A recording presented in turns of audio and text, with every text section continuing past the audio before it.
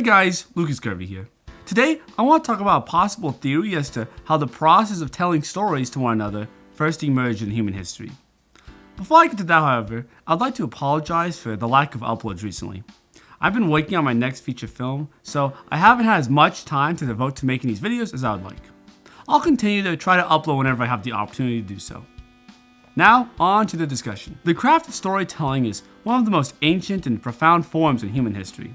I thought it'd be fun to discuss a possible origin of drama. Now, we have to imagine how it could sprout out from a biological perspective, so we need to go way back. There's been several interesting studies performed on rats.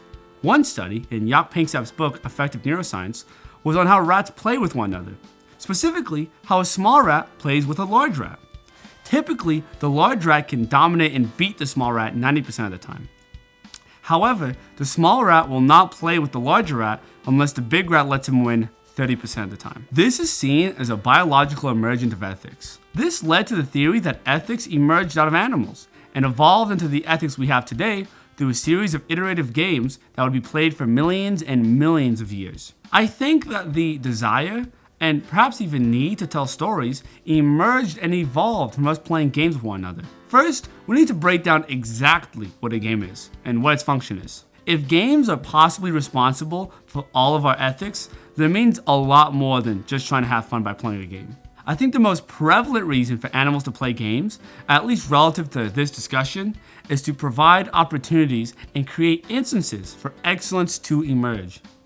In the real world, not only is excellence difficult to quantify, but it's also not immediately apparent. It can take years for excellence within an individual to emerge and blossom into something in the physical world. So, games were a way, and still are a way, to give individuals the chance to portray their excellence, whether it's their speed, power, or intellect. So, how did stories emerge from this? Well, I think there's a real misconception about stories, that they're a representation of the real world, which doesn't seem to be the case at all. If you look at any ancient myth or story, they're told in such a metaphysical manner. In the modern day, there are certainly far more stories that try to be relatable, but even those have their fundamental basis within these metaphysical myths. I think it makes more sense to relate stories to the games humans play than the lives humans live. I think this emerged once the first human had the ability to think about tomorrow. To not just think about what would be good and great for them today, but what would be best for them 10 years from now.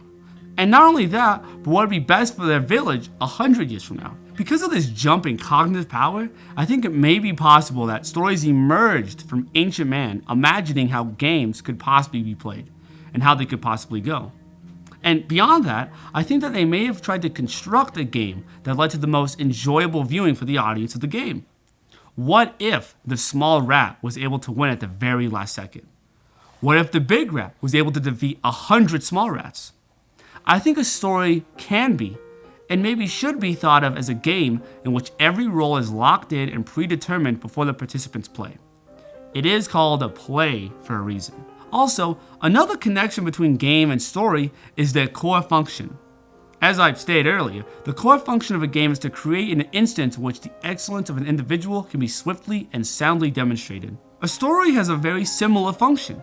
It's there to create instances in which the excellence of a hypothetical individual can be demonstrated.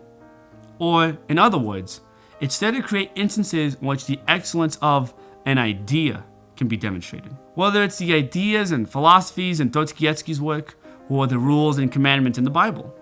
All stories are trying to show the excellence, or perhaps a better term is trueness, of an idea. And when I say the trueness of an idea, I don't mean its factual correctness. I mean something more akin to having an arrow fly straight and true. Maybe they could be trying to show that the whole world is a rotten mess and there's nothing we can do about it. Or maybe it's trying to demonstrate the divinity around us. Also, it should be stated that it's very often that the idea within a story isn't extremely apparent, and often the author themselves aren't even aware of this idea, usually just working off of a certain proclivity within them. Very similar to trying to test the excellence of an individual, the trueness of an idea can take years, even generations, to fully actualize within a culture. There's parts of the Old Testament even that I still don't think have been fully realized yet. So in summary, human universal ethics emerged out of our ancestors playing a series of iterative games, and once our ancestors gained subconsciousness, a new way of forming ethics deviated from the traditional way of playing games. This new form would be called stories. In these stories, instead of testing and trying to figure out which individuals were the most excellent, and more importantly, which traits of individuals were the most excellent and should be admired, stories strive to derive more complex ethics by trying to figure out which hypothetical person was the most excellent, trying to figure out which ideas are the most true. That's pretty much all I wanted to say about that. I hope you enjoyed this video. Let me know what you think about this idea, and maybe even share your own ideas in the comment section below. Like the video and subscribe for more videos like this. Thanks for watching, and I hope you have a great rest of your day.